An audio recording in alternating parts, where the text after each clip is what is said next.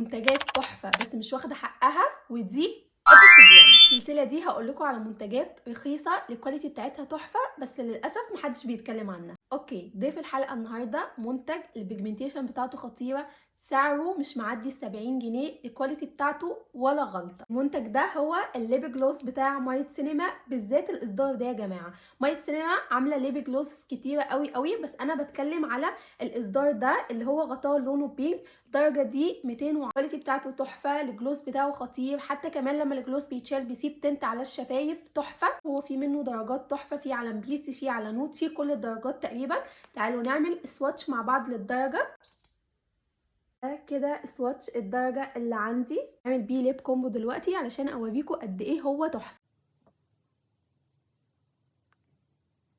هجيب لكم بس يا جماعه عشان تشوفوا لمعته على الشفايف بتبقى خطيره ازاي.